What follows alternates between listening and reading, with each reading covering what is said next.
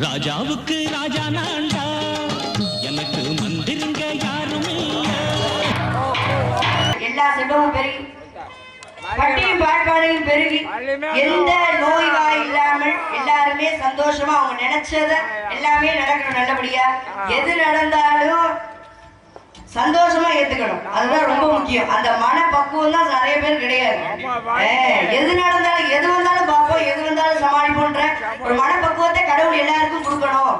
அதை சமாளிச்சு வரக்கூடிய மனப்பக்குவத்தை எல்லாருக்கும் கொடுக்கணும்னு சொல்லி எம்பெருமான அந்த முருகப்பெருமானை நான் பிரார்த்தனை செய்து கொண்டு என்னுடைய பணிக்கு செல்கிறேன். முருகா முகுந்த வாழ் வருகா, முன்னவனா மூத்தவனா அனைவருக்கும் முதல்வனாய் விளங்கும் கணபதிக்கு பின்பிறந்தவர் முருகனே, செந்தில் முதல்வனே, மாயவன் மருகனே, ஒரு கை முகன் தம்பியே, உங்களுடைய நண்டைக்கால் எப்பொழுதும் மறவாத நம்பியை வாழும் இக்குறுஞ்சிட கொற்றவனுக்கு மகளாய் பிறப்படுத்த வைத்தார். நம்பிக்கை மகளாய் பிறப்படுத்த வைத்து நத்தமிழ் மொழியார் அனைத்து மக்களும் என்னை செல்லமாக ஒவ்வொரு இல்லத்திலும் உள்ளவர்களின் உள்ளத்திலும் வள்ளி வள்ளி வள்ளி என பெயர் பெற செய்து பற்பல வல்லுநர்களிடம் கல்வி பயின்று கற்றவரிடத்திலும் என்னை பெற்றவரிடத்திலும் சுற்றவரிடத்திலும் பேரும் புகழும் பெற செய்த கந்த பெருமானுக்கு நன்றி சொல்லத்தான் வேண்டும். மேலும் இக்குறுதிலுள்ள கொற்றவனுக்கு மகளாய் பிறப்படுக்க வைத்து தத்தி தத்தி தாவி குதித்து விளையாடும் இந்த பிள்ளை பருவத்தை கடந்து எம்பெருமான அந்த முருகப்பெருமானி பாதத்தை பணிந்து விட்டு பணியை தூங்குவோம்.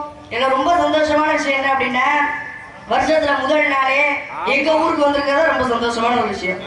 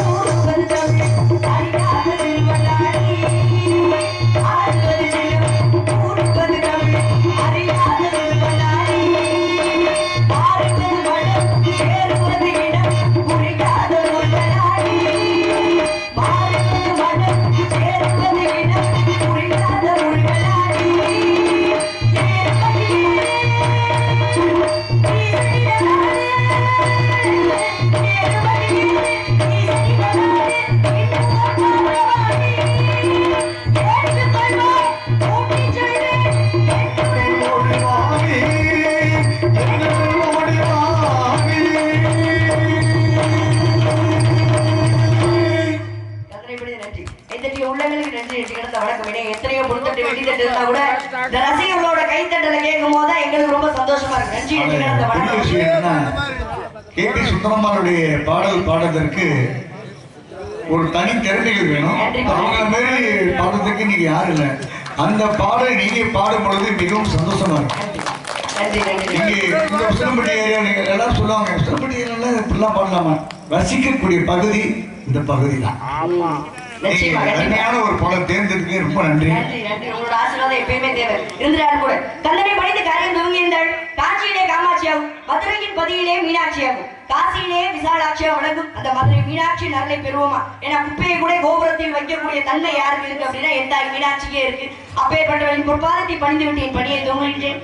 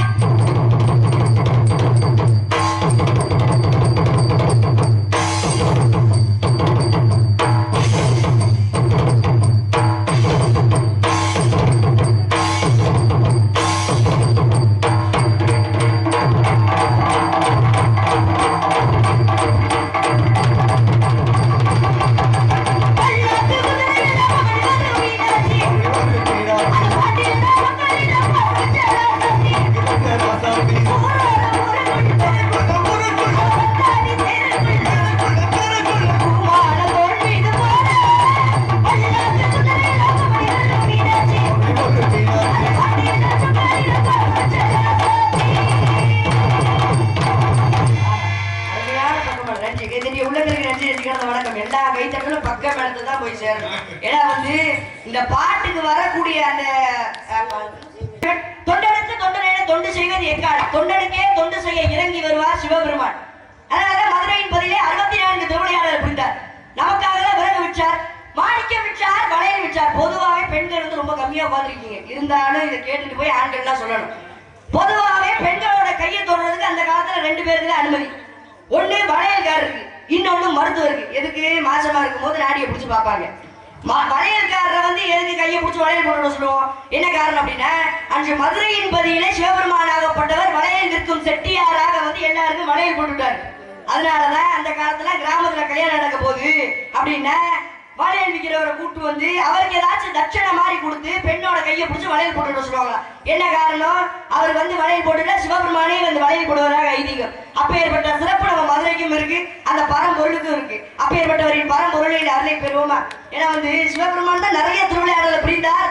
64 திருவிளையாடலும் எங்க பிடிச்சார் அப்படின்னா மதுரையில தான் பிடிச்சார். என்ன பண்ணாரா, காசியில ஒரு முறை பிச்சை எடுக்கிற மாதிரி வேடம் அடைச்சிட்டு போனாரு. உருமாறி போயிருக்காரு காசியில. காலையில இருந்து மாலை வரையும் பிச்சை கேட்கிறாரு, யாருமே பிச்சை போடல. பிச்சை போடலன்னு இந்த சாக்கடை ஓரத்துல தோல் நோய் இருக்கு பாத்தீங்களா, இந்த தோல் நோய் இருக்கிற ஒரு ஆளுகிட்ட போய் சிவபெருமான் போய் கேட்கிறாரு, ஐயா நீ சாப்பிடுறது வச்சிருக்க, கொஞ்சோடு எனக்கு கூட, காலையில இருந்து பிச்சை கேட்கிறேன், யாருமே போடல, ரொம்ப பசியோட இருக்கேன் அப்படின்னு சொல்லி அந்த சாக்கடை ஓரத்துல இருக்க தோல் நோய்கார்ட்ட போய் கேட்டிருக்காரு. அவரு என்ன பண்ணிருக்காரு, எல்லா சாப்பாடையும் கொடுக்காரு. நம்ம வந்து நமக்கு மிச்சம் வச்சிருந்தா கொஞ்சம் கொடுப்போம். அவர் என்ன பண்ணிருக்காரு, அந்த தட்டோட சாப்பாடை தூக்கி அவர்கிட்ட கொடுத்துட்டாரு. அந்த பிச்சைக்காரன் வந்திருக்கிறது யாரு? சிவபெருமான். இவருக்கு ஒண்ணுமே புரியல. காலையில இருந்து அவங்க வச்சிருக்கதே எனக்கு கொஞ்சோண்டு கொடுத்துட்டே சாப்பிட மாட்டாங்க, நீ மொத்தத்தையும் தூக்கி என்கிட்ட கொடுத்துட்டியே, நான் யாருன்னு உனக்கு தெரியுமா அப்படின்னு சொல்லி கேட்டிருக்காரு. எனக்கு தெரியும், நீ முதல் சாப்பிட்டுட்டு அதுக்கப்புறம் பேசு அப்படின்னு இருக்காரு. இல்லடா நான் யாருன்னு உனக்கு தெரியுமான்னு கேட்டிருக்காரு. ஆனா நீ சாப்பிடுப்பா அதுக்கப்புறம் பேசுப்பான்னு இருக்காரு.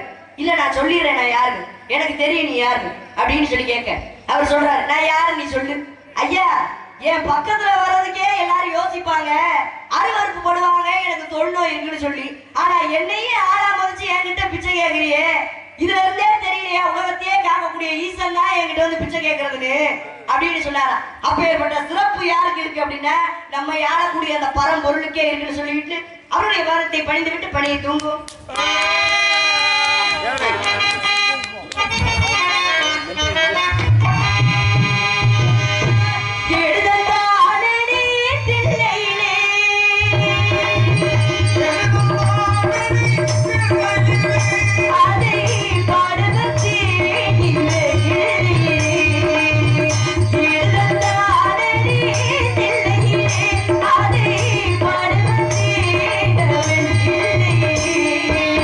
இறைவனிடா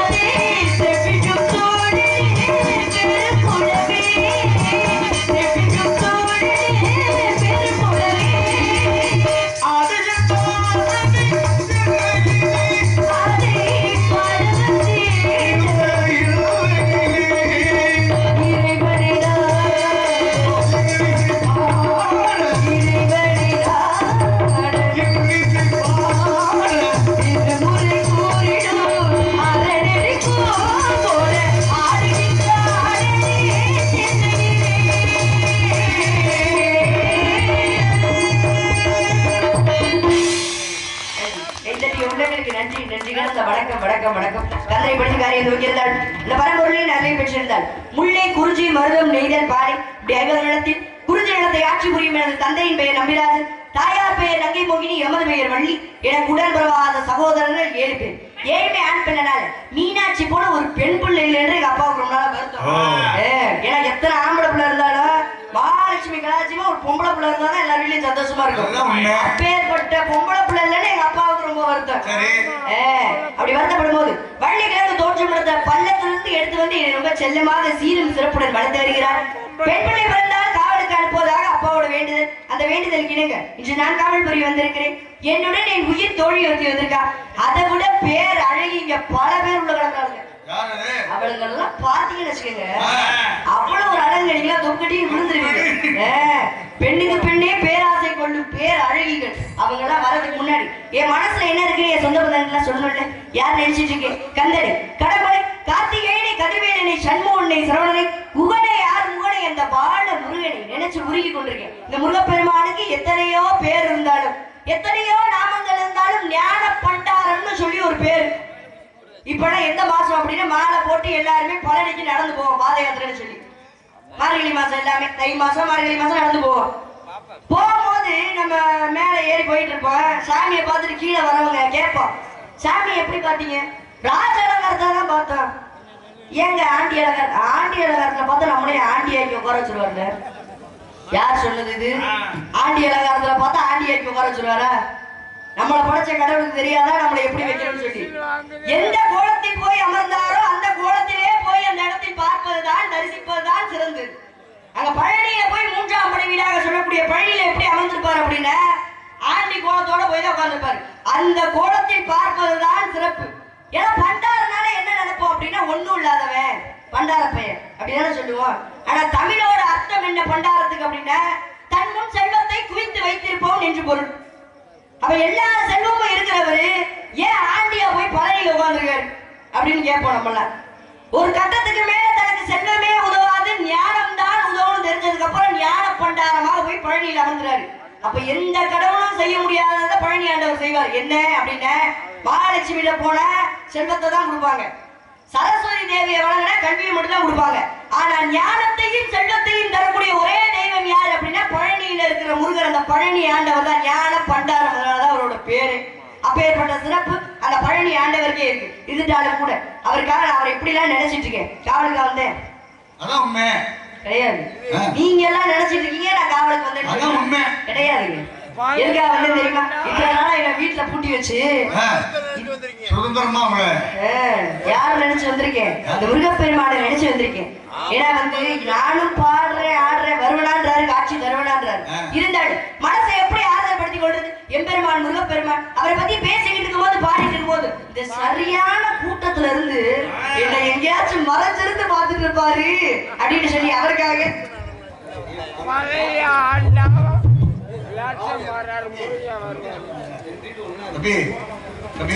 அந்த வீடு பண்ண லைட் ஆகும்.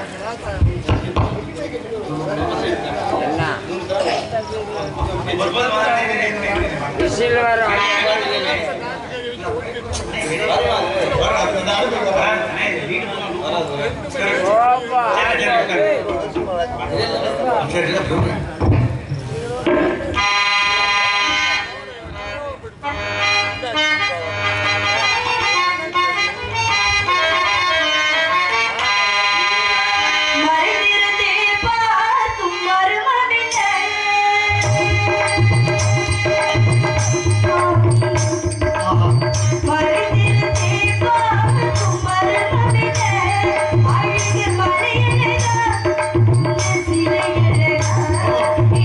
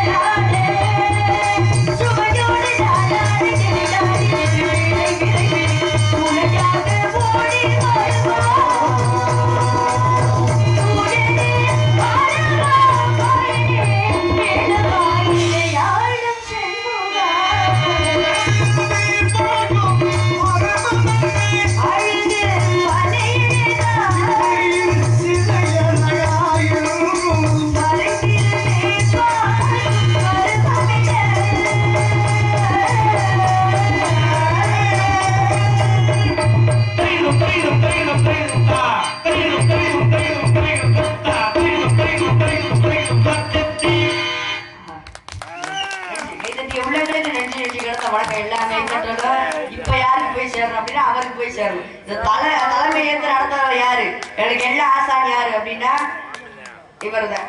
யாரு? TMA அருண் அவர்கள். எல்லாருக்குமே வந்து ஆசிரியர், குருநாதர், எங்க தாய் தந்தையாக வழங்கக்கூடியவர் யாரு அப்படின்னா அவர் தான். இப்படி பாடுறியா, இது சரியில்லை, அப்படி பாடுறியா, அது சரியில்லை அப்படின்னு சொல்லி. ஏன்னா ரசிக்கவே தெரியாத பல இடங்களில் கூட, பல ஊர்களில் கூட தன்னை ரசிக்க வைக்கக்கூடிய தன்மை யாருகிட்ட இருக்கு அப்படின்னா TMA அருண் அவர்கிட்ட தான் இருக்கு. அவர்கிட்ட இருந்துதான் இந்த பாட்டை பாடுறாரு, அப்ப இந்த ஊருக்கு இந்த பாட்டு பிடிக்கும் போல அப்படின்னு நினைச்சு நம்ம பாடுவோம்.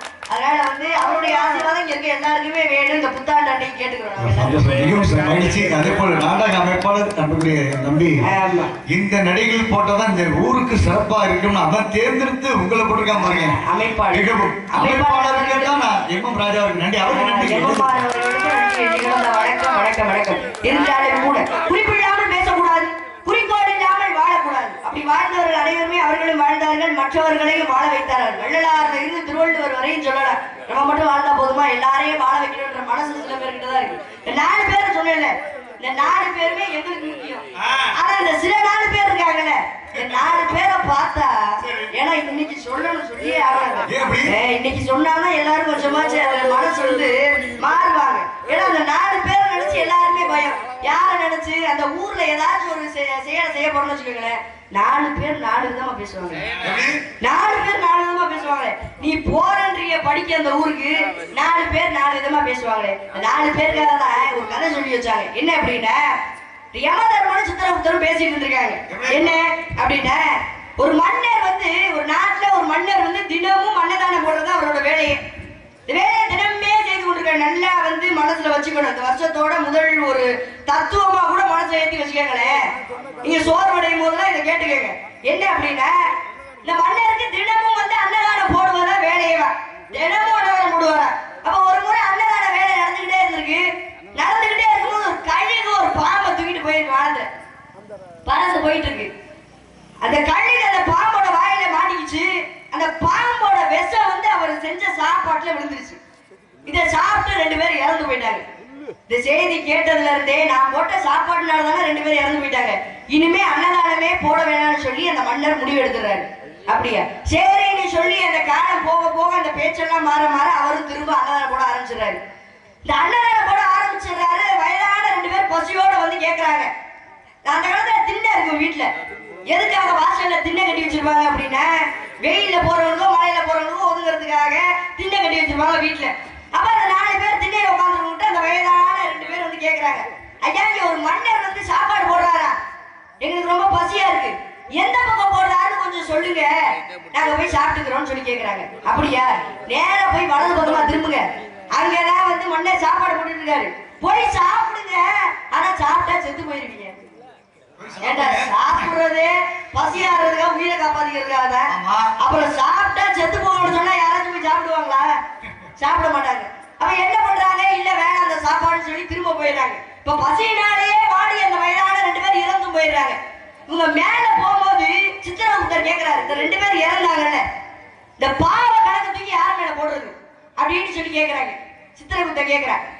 சரி சொல்றேன் அவனும், இந்த பாம்பு இருக்கு பாருங்க, இந்த பாம்பு தானே விஷத்தை கக்கிச்சு, இந்த பாம்பு மேல வேணா பாவ கணக்கு எழுதிடுவோமான்னு சொல்லி யமதர்மன்ட்ட சித்திரகுப்தர் கேட்கிறாரு. ஏண்டா, அதுவே உயிருக்கு போராடிக்கிட்டு இருக்கு, கழுகு வாயில மாட்டிக்கிட்டு, அது மேலயா போட போறேன், வேணாம் பாவ கணக்கு அது மேல போட வேணான்றாங்க. அப்படியா, அப்ப அந்த கழுகு மேல போடுவோம் சரியா இருக்குன்னு சொல்றாரு. வேணாம், அதுவே பசிக்காக வந்து அதை எடுத்துட்டு போச்சு, அதனால கழுகு மேலே போட வேணான்றாங்க. சரி அது வேணாம், இந்த சாப்பாடு போட்டான் பாரு மண்ணன், அவன் மேல போட்டா சரியா இருக்குன்னு சொல்றாங்க. ஏயா, சாப்பாடு போட்டு அன்னதானம் போட்டது ஒரு குத்தமாயா? அன்னதானம் போடுறது எவ்வளவு நல்ல விஷயம். கர்ணனே செய்யாத ஒரு தானம் எது அப்படின்னா அன்னதானம் தான். எல்லா தானமும் செஞ்சான் கர்ணன், ஆனா கர்ணனே செய்யாத ஒரு தானம் எது அப்படின்னா அன்னதானம் மட்டும் தான் கர்ணன் செய்யல. அப்ப ஏற்பட்ட அன்னதானத்தை செஞ்சிருக்கானே, அவன் மேல போய் பாவ கணக்கு போடுறேன்றியே வேண்டாம் அப்படின்னு சொல்றாங்க. அப்ப யார் மேல இந்த பாவ கணக்கு போடலாம், நீங்க சொல்லுங்க, யாரு மேல பாவ கணக்கு போடலாம் அப்படின்னு சொல்லி கேட்க யமதர்மன் அவர் கேட்கிறாரு. அப்ப யமதர்மன் சொன்னார, ஏண்டா வீட்டுக்கும் புரோஜனம் இல்லாம நாட்டுக்கும் புரோஜனம் இல்லாம அந்த திண்ணையில வெட்டியா உட்காந்து 4 பேர் பேசிட்டு இருந்தா பாரு, அவன் மேல போடுற பாவ கணக்கு சரியா இருக்குன்னு சொன்னாங்களா? அப்ப அந்த நாட்டுக்கு நன்றி. இப்ப அந்த நாட்டுக்கு வந்து பேசுறவங்க பேசிக்கிட்டே தான் இருப்பாங்க, நம்ம எந்த வேலையை செய்யறோமோ அந்த வேலையை சரியா செய்யணும். ஊர் வாயை மூடவே முடியாது. நம்ம வாழ்ந்தாலும் பேசும், தாழ்ந்தாலும் பேசும், பேசிக்கிட்டே தான் இருக்கோம். அது வந்து எப்படின்னா ராமசாமி மையன் வெளியூருக்கு போனாங்க.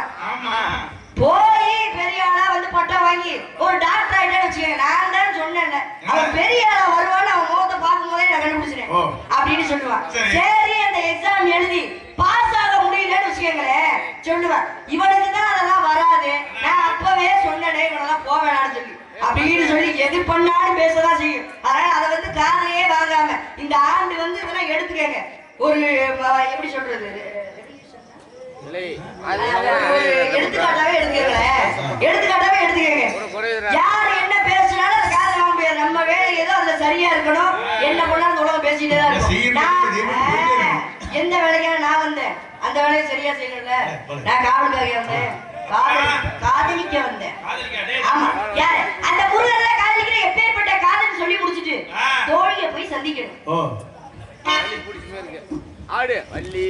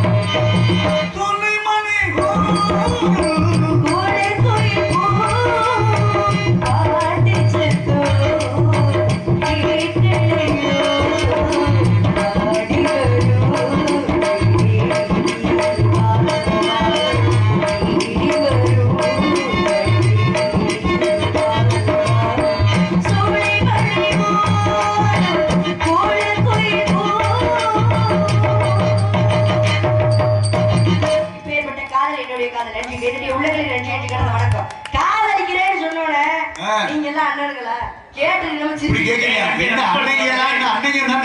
காதலிக்கிறேன்னு சொன்னா தங்கச்சி கோவப்படணும்.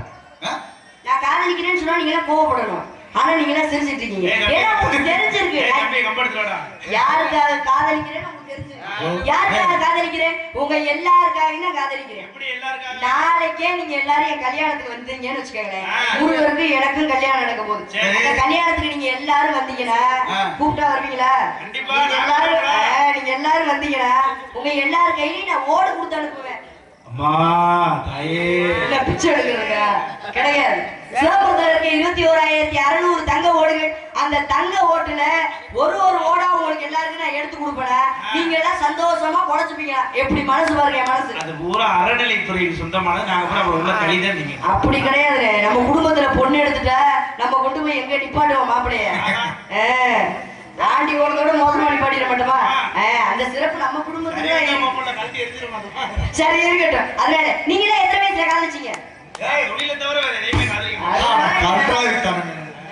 நான் எப்ப காதலிச்சு தெரியுமா? எனக்கு 5 வயது. அறியா பருவத்தில் எனக்கு வாழ்வு தருவேன் என்று வரன் கொடுத்த அந்த வடி வேறனே 5 வயசுல இருந்து காதலிச்சிட்டு இருக்கேன். ஒரு மாதிரி காதல் கிடையாது.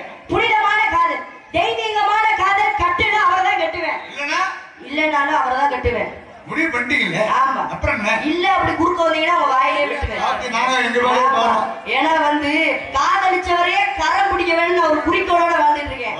அதனால எப்பேற்பட்ட காதல்னு சொல்லி முடிச்சுட்டு அவருக்காக நான் எப்படிலாம் காத்திட்டு இருக்கேன்னு சொல்லி முடிச்சுட்டு தோழியை போய் சந்திக்கணும்.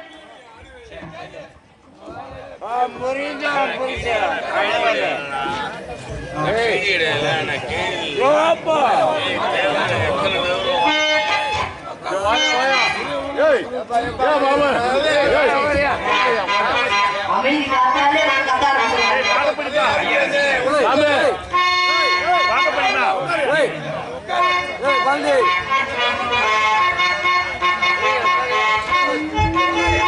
வெற்றி வெற்றி என்று சொல்லும் கோயில் மணி முத்தமா சுற்றி சுற்றி வந்து இன்னும் கேட்குதடி முத்தமா. வெற்றி வெற்றி என்று சொல்லும் கோயில் மணி முத்தமா சுற்றி சுற்றி வந்து இன்னும்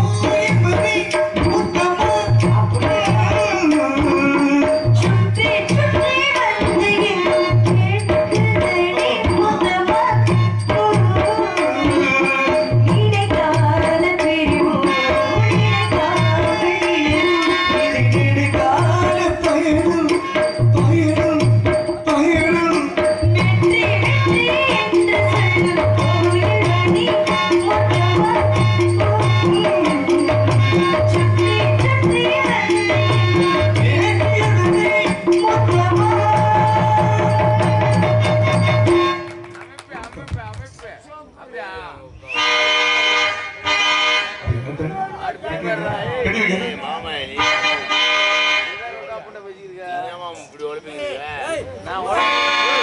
குடிப்பதற்கு